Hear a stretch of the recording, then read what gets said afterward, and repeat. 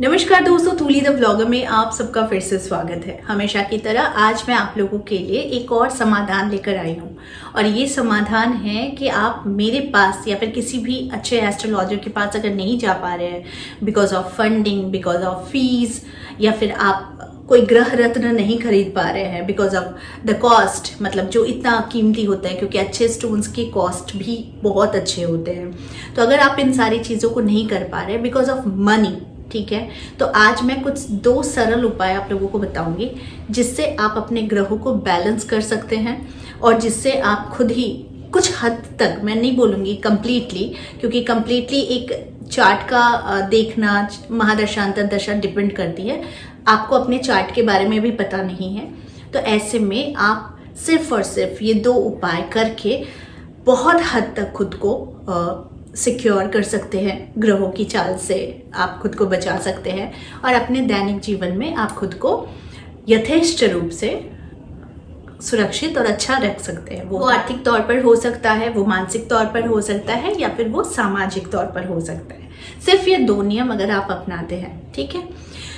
तो चलिए ज़्यादा देर नहीं करती हूँ क्योंकि ये बहुत इंपॉर्टेंट है और सबके लिए है, क्योंकि जो लोग मुझ तक नहीं पहुँच पाते हैं वो मेरे वीडियोस तक आसानी से पहुँच जाते हैं और इन्हीं उपायों को करके वो अपने जीवन में समृद्धि को भी पा सकते हैं। तो चलिए दोस्तों, जब हम अपने ग्रहों को ठीक नहीं कर पाते या फिर हम पता नहीं लगा पाते कि हमारा कौन सा ग्रह हमें डिस्टर्ब कर रहा है, तो फिर उसके लिए कुछ अलग अलग नेचर्स होते हैं जो हम अचानक से खुद में चेंजेस देखने शुरू कर देते हैं। तो हम उस तरफ नहीं जाते हैं, हम चले जाते हैं कि हम अपने ग्रहों को ठीक कैसे करें। इसके लिए ज़रूरी थोड़े है कि आप हर ग्रहों के बीज मंत्र को जाप करोगे, नहीं, क्योंकि कौन ग्रह आपको अच्छे फल दे रहा है और आप उन्हीं के जाप कर रहे हो, तो वो फिर कौन से डिग्री में क्या आपको नेगेटिव रिजल्ट देगा वो आपको पता नहीं है।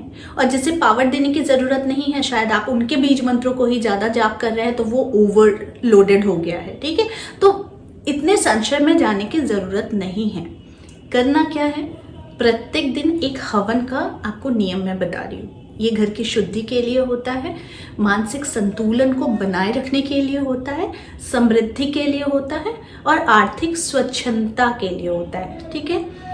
क्या करना है, आपको सिर्फ कपूर लेना है। कपूर आपको कहीं भी मिल जाएगा, भीमसेनी कपूर हो गया, अच्छे कपूर हो गए, ये आपको कहीं भी मिल जाते हैं। तो कपूर के कुछ इतने अंश लेने हैं और आपको 9 लौंग लेना है। प्रत्येक दिन आपको 9 लौंग लेने हैं, ठीक है। अब इस हवन को हम किससे करेंगे, लौंग से करेंगे। कैसे, आपको एक पात्र लेना है, वो मिट्टी का हो सकता है, वो पीतल का हो सकता है, जो धूपदानी कहते हैं हम लोग उसको, है ना, इतना बड़ा मुंह वाला। उस धूपदानी में थोड़ा सा कपूर डालिएगा और 9 लौंग लेकर बैठिएगा, ठीक है।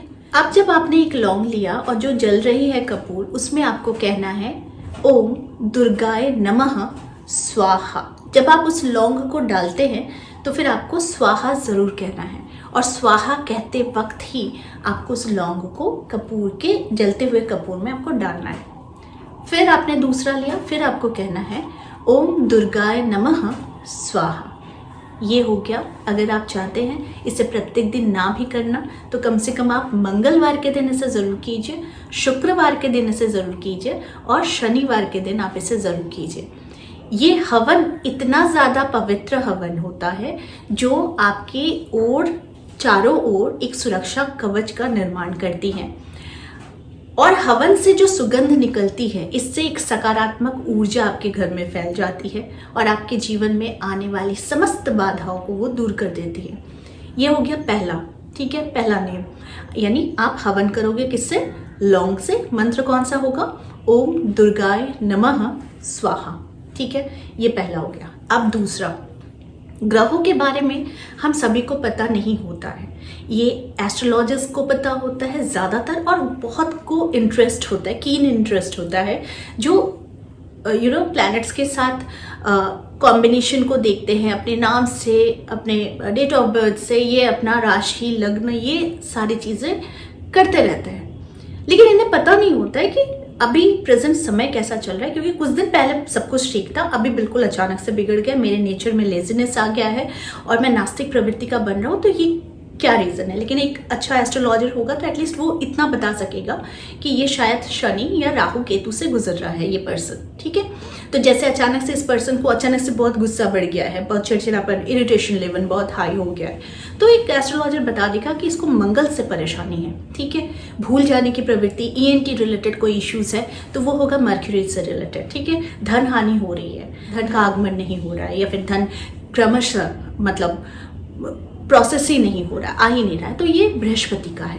धन लोन पर लोन होए जा रहा है, लोन पर लोन होए जा रहा है, पैसा आ रहा है निकल रहा है, आ रहा है निकल रहा है। 10 लाख का लोन था 1 करोड़ में पहुंच गया, दैट मीन्स सैटर्न, ठीक है। तो ये सारी चीज़ें होती है जो एक एस्ट्रोलॉजर अच्छी खासे तरीके से बता देता है।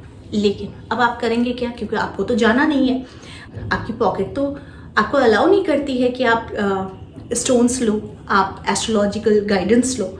तो फिर ऐसे में क्या करोगे, प्रत्येक दिन विष्णु सहस्रनाम, प्रत्येक दिन विष्णु सहस्रनाम आप सुना करो।